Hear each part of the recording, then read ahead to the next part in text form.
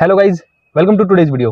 तो गाइज बहुत बार स्टूडेंट मेरे से बोलते हैं कि सर हमसे ना कोडिंग नहीं हो रही है और हमें कोडिंग के टाइम पे बिल्कुल चक्कर आ जाते हैं, हमसे कोडिंग नहीं हो रही, बहुत डिफिकल्ट लग रही है और कुछ समझ में नहीं आ रहा है, नींद आ जाती है कोडिंग करते टाइम। और कहीं मतलब जब भी कोडिंग करते हैं तो मतलब हालत खराब हो जाती है हमारी और बहुत डिफिकल्ट लग रहा है, हम नहीं कर पा रहे सर कोडिंग, तो हम छोड़ देनी चाहिए क्या? और इस तरह के क्वेश्चन आते हैं, बहुत बार आ रहे हैं। ठीक है, तो ये जो आंसर है ना इस क्वेश्चन का, वो मैं इस एक छोटी सी स्टोरी के थ्रू बताऊंगा। ठीक है, उसके बाद हम बात करेंगे वीडियो में। वीडियो कंटिन्यू करने से पहले मैं जल्दी से बताना चाहता हूँ कि मेरा जो AIML का जो कोर्स है उसमें ऑलमोस्ट 40 वीडियोस डल चुकी है और वो बहुत ही स्पीड से हम उसको कंप्लीट कर रहे हैं। तो अगर आपको वो देखना है तो पूरा डिस्क्रिप्शन में आपको लिंक मिल जाएगा, वहां पे पूरी डिटेल देख सकते हो और जल्दी से वो कोर्स ज्वाइन करके अपनी मशीन लर्निंग की जर्नी स्टार्ट कर सकते हो। सारी डिटेल आपको डिस्क्रिप्शन में मिल जाएगी। तो चलिए चलिए जल्दी से वीडियो स्टार्ट करते हैं। तो एक स्टोरी ये है कि एक बार एक मूर्ति बनाने वाला होता है, जो मूर्तिकार होता है ना, मूर्ति बनाने वाला। तो उसके पास ना बहुत सारे मतलब पत्थर थे और बहुत सारी मूर्तियां बनाता था वो अच्छी अच्छी। तो एक बार राजा आता है उसके पास। राजा बोलता है कि यार मेरे को ना एक बढ़िया सी, मतलब शहर में एक बहुत अच्छा बड़ा मंदिर बना रहा हूँ मैं, उसके लिए मेरे को एक बहुत ही प्यारी मूर्ति चाहिए, तो एक मूर्ति बना दे तू। तो मूर्तिकार बोलता है कि ठीक है राजा जी, मैं बना देता हूँ मैं। तो बोला ठीक है। वो राजा चला जाता है। तो वो मूर्तिकार क्या करता है, एक पत्थर को उठाता है और उस पर अपना हथौड़ा मारता है, पहला हथौड़ा।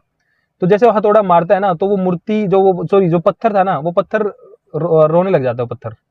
ठीक है, तो जब वो पत्थर रोता है तो वो बोलता है, मूर्तिकार बोलता है पत्थर क्यों रो रहा है? तो कहता है कि भाई मत मार मेरे को तो बहुत पेन हो रहा है, मेरे को तो मेरी हिम्मत नहीं हो रही, मैं नहीं सहन कर पाऊंगा हथौड़ा तेरा।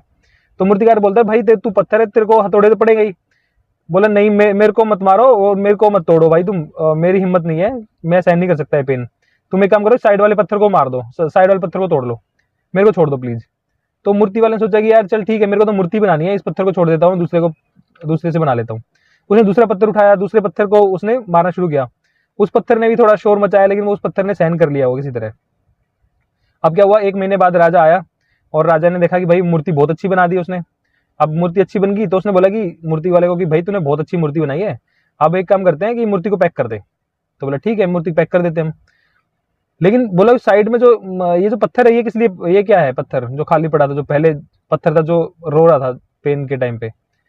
तो मूर्ति वाले ने बोला कि महाराज ये पत्थर तो खाल मेरे को किसी काम का नहीं है, फालतू है। तो बोला एक काम कर, इस पत्थर को पैक कर दे। तो बोला इस पत्थर क्या करोगे? बोला एक काम करेंगे, जब मूर्ति मंदिर में रख देंगे और मूर्ति की जब पूजा के टाइम पे कोई आएंगे तो सब लोग नारियल फोड़ने की जरूरत पड़ेगी, तो नारियल इस पत्थर पे मार के फोड़ेंगे हम, इसको पत्थर को साइड में लगा देंगे मूर्ति के, तो नारियल फोड़ने का काम आ जाएगा। तो मूर्ति वाले ने सोचा कि भाई ठीक है चलो, मेरे तो कोई काम का नहीं है। अब उसको पैक कर दिया, उस पत्थर को पैक कर दिया। अब जो मूर्ति थी, उस मूर्ति को जाके मंदिर में रख दिया मस्त। और सब लोग आ रहे थे, फिर सब लोग आ रहे उस मूर्ति को, कोई उसको दूध चढ़ा रहा है, कोई उसको फल चढ़ा रहा है, कोई उसको मूर्ति को अच्छे कपड़े पहना रहा है, सब उसको प्यार कर रहे हैं मूर्ति को। और जो भी आ रहा है, वो जो पत्थर था जिसको शुरू में पेन हो रहा था, अब उसके सर पे नारियल फूटने शुरू हुए और जिंदगी भर उसके सर पे नारियल पड़ते रहे उसके, क्योंकि उसने उस टाइम पे पेन लेने से मना कर दिया था। और जो पत्थर था जिसने की इनिशियल लेवल पे पेन ले लिया था, वो एक अच्छी मूर्ति बन गया और सब उसकी पूजा करने लगे बाद में। तो आई थिंक इस वाली स्टोरी से आपको आधी चीज तो समझ में आई गई होगी कि लाइफ में ना एक टाइम पे आपको पेन जरूर लेना पड़ेगा। अनलेस कि आप कोई बहुत ही ज्यादा रिच फैमिली में हो, कोई अंबानी के घर में पैदा हुए हो तो अलग बात है। अगर आप मिडिल क्लास हो और आपको चेंज करना है कुछ अपना सिस्टम, तो आपको एक बार पेन जरूर लेना पड़ेगा। और कोडिंग करते टाइम में किसी को भी इतना मजा नहीं आ रहा होता, कोई मतलब मजा का मतलब है कि सबका मन करता है कि अपना कुछ मतलब टाइम पास वाली चीज करी जाए। किसी का भी ना दिमाग पे जोर डालने का मन नहीं करता, बट वो चीज करनी पड़ती है उस टाइम के हिसाब से। तो इसलिए अगर आप एक बार लाइफ में पेन नहीं लोगे ना, तो आपको जिंदगी भर पेन मिलेगा, ये गारंटी है।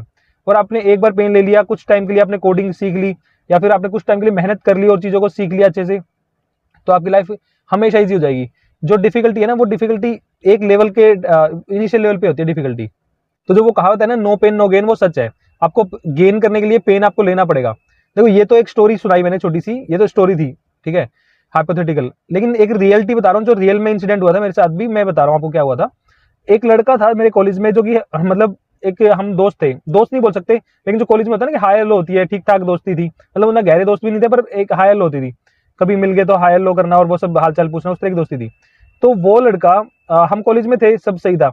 अभी कोविड से जस्ट पहले की बात है, 2019-20 की बात है। मैं एक बार एक इंटरव्यू देने गया कहीं पे, तो उस टाइम पे क्या हुआ कि उस टाइम पे वो लड़का भी मतलब उसी कंपनी में आया हुआ था। जैसे मैं एक कंपनी में गया इंटरव्यू देने के लिए, वो लड़का भी उसी कंपनी में आया था, लेकिन हम दोनों में डिफरेंस था। उस लड़के ने कोडिंग नहीं करी थी, क्योंकि उसको कोडिंग में उसका दिमाग नहीं चलता था, उसने ज़्यादा एफर्ट नहीं लगाई कोडिंग में। बाद में उसको फिर जॉब वॉब नहीं मिली उसने, क्योंकि उसने बाद में मेरे को स्टोरी बताई। और उसने एक सेल्स कंपनी ज्वाइन कर ली थी। तो सेल्स कंपनी में भी ना कुछ जो होते हैं, जैसे कुछ प्रोडक्ट बेचना है समथिंग, कुछ उस तरह की थी उसकी सेल्स भी।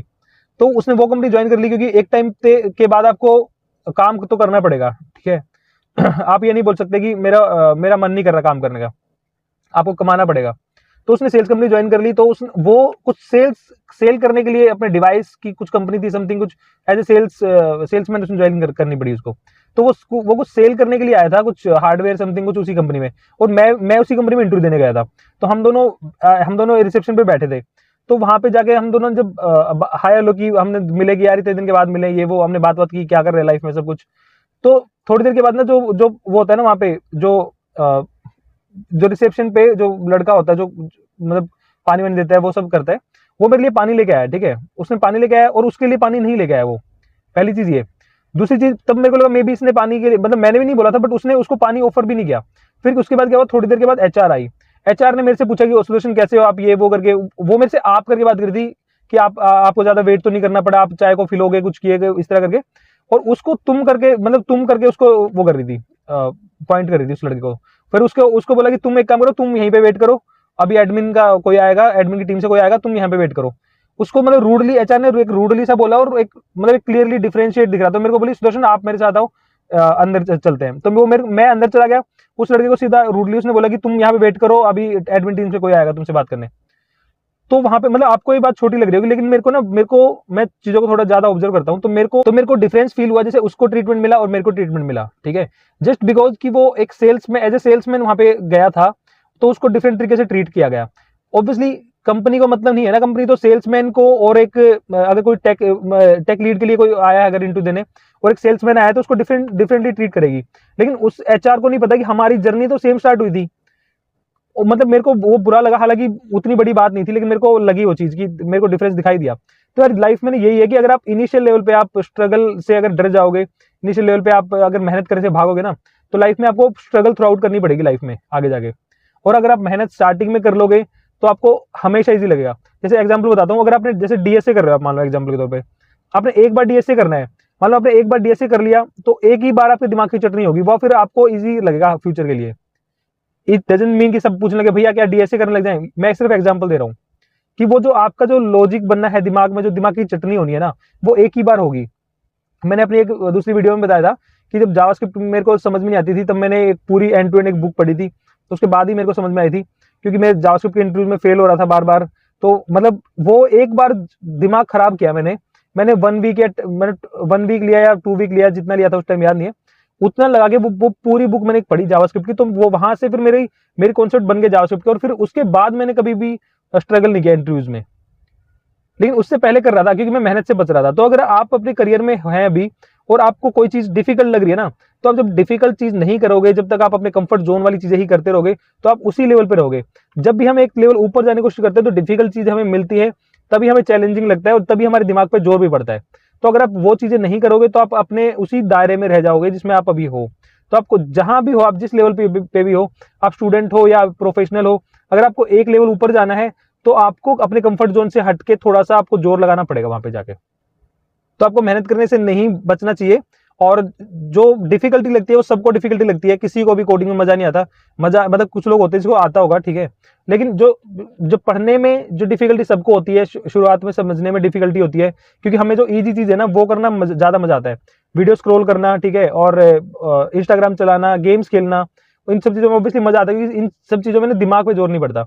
जिस चीज में दिमाग पे जोर पड़ता है हमें वो चीज डिफिकल्ट लगती है और वो चीज करने का मन नहीं करता। लेकिन जो लोग उन चीजों को करते हैं ना, वो ही लाइफ में आगे बढ़ते हैं, वो ही लाइफ में कुछ अच्छा करने की तरफ बढ़ते हैं, ठीक है।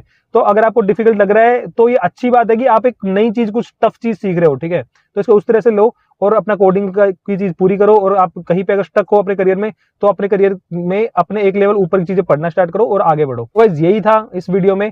और वीडियो अच्छी लगी हो तो अपने फ्रेंड सर्कल में शेयर करना और वीडियो को लाइक और कमेंट जरूर करना। मैं आपसे मिलता हूँ नेक्स्ट वीडियो में, तब तक के लिए बाय बाय।